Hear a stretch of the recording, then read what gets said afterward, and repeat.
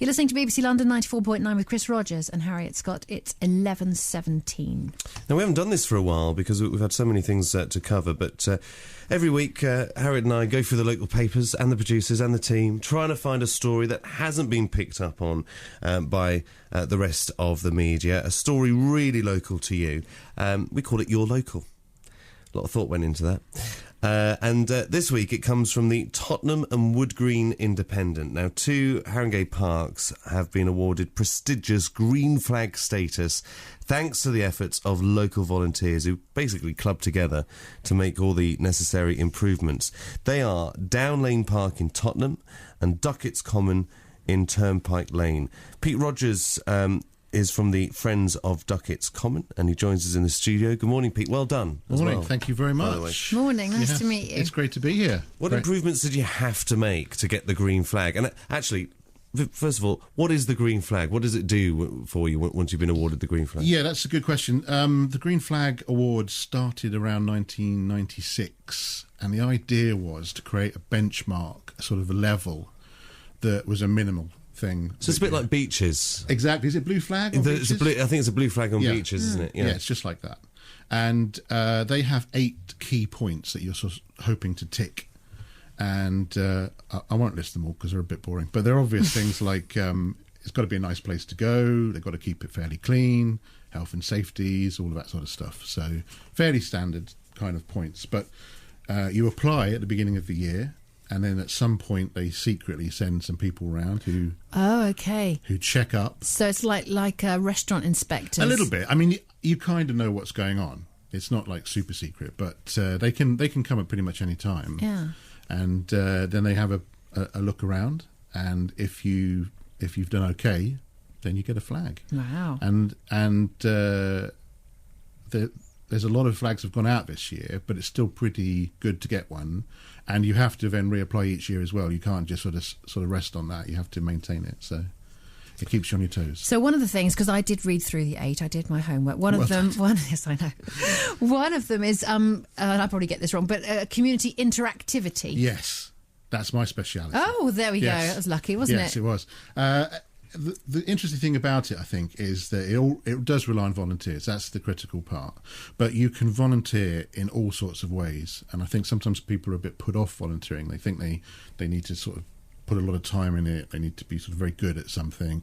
But you can do it in all different ways. You could just come along and pick up litter. Yeah. You know, even an hour a week of that gets you some exercise. Do you get one of those like cool little grabber things? I've got a cool little grabber thing, but you know, people do stuff on their own level. You know, they may just come to the meeting and just listen in on the meeting and see what's going on. Does it make you cross that the local council don't do it though? Well, the local council are definitely very heavily involved. The meetings we have once a month, they have representatives there. But they should be picking up the litter.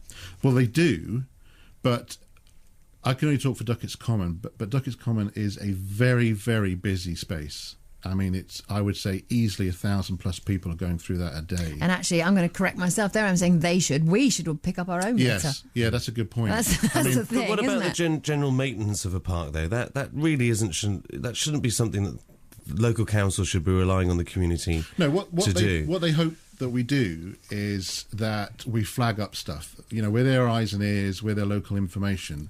So it's easy to miss stuff unless you're regularly in the common. You might pick up on, say, a children's playground, swings or something might be broken, or maybe the bench is broken, and they're not always going to pick up on that straight away. No, so and do you think that so many people, I could imagine, we think we won't get a voice, or we don't know quite who to contact at the local council. Yes. And you see things and you think, oh, why has that bench been broken for 2 years? But if you don't actually say it yourself, but most people don't really get involved like that. Well, what's interesting is that's becoming better now with technology, and again, it's part of my sort of role. We've got things like Fix My Street now, which is an app that you can have on your phone. You can take a picture of whatever it is you see and zap that out, and the council and or the local people who are responsible for rubbish and things fix it within 24 hours. Does that include the removal of neighbours? It should do, perhaps. Great, wouldn't it? You just fix my street now, get rid of my neighbours. Yeah. We had a similar thing though. I'm in Barnet, and there was a local playground, and in order to then, you know, it got By the way, I should just say, I was just joking. I really do love my neighbours because I know they listen to this show they'll be quite a lot. They know which neighbours I'm talking about. But there was a community thing, and it happened through Facebook to try and get people to come down and collect the wood chip. Yes. So it's things like that I suppose, and it's taking responsibility for your area. Because yes, on the one hand, you could bemoan the local council for not doing it or not doing it well enough.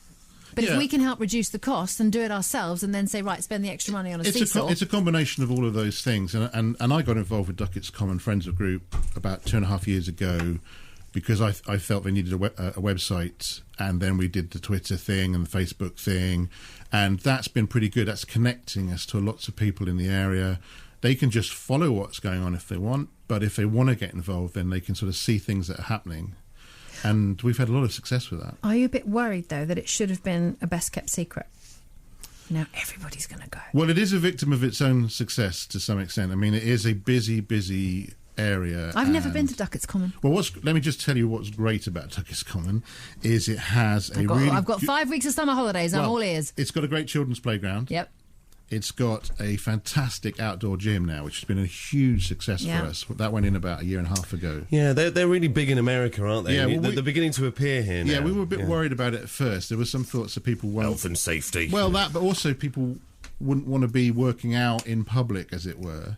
We're not quite as cool as people in LA. Exactly, I think do it on the beach. People weren't sure, but it has been amazing. And what's heartwarming as well is you'll go through and you'll see mums with kids...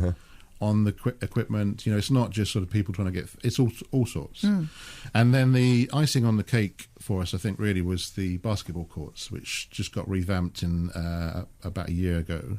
And they are now considered to be, although people might contradict me on this, but they are considered to be certainly in the top 5 in the UK. And to sort of prove that point, the NBA hosted a 3-day event in Ducketts Common. And they've only done it in 2 places, one in Manchester and one in Ducketts Common. That's great. Yeah, they gave us the seal of approval. They said, these courts are fantastic.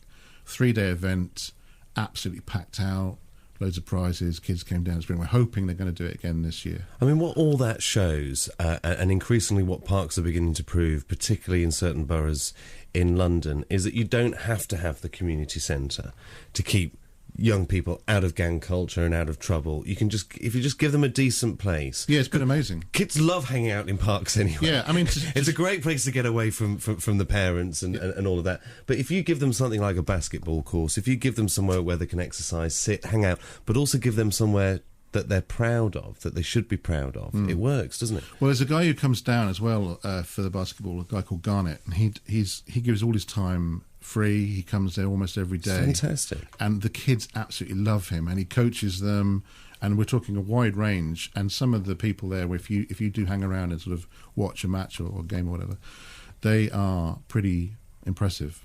I have to say, I think we might see some super future world champs, you know? Keep an eye on them. Yeah. I mean, but it is the kind of Rudy Giuliani approach. This is what he did in New York, didn't he? Spent a lot of money on streets and schools, put pride back into communities and invested in long-term kind of attractions to steer kids away from crime and from gangs. Yeah, well, people come to the Common for lots of different reasons. Yeah, sure. Even just to sit on the bench or a little walk. But to put on events or to have these facilities, I think you shouldn't underestimate that. That's a really useful, brilliant thing to have on your doorstep. Do you know if there are other projects like this in London? Yeah, there's lots of stuff going on like this all the time, and I'm involved with a couple of other local things. I'd like to mention Living Under One Sun, which is what first got me into volunteering, and that's the lady lives around the corner from me. Didn't know her for years, and then we bumped into each other. And they do fantastic stuff, and they teach people how to grow food. They do beekeeping courses. Chris is always on about growing your own food. Chris seems to think he could survive for a year on what he could grow in a window box.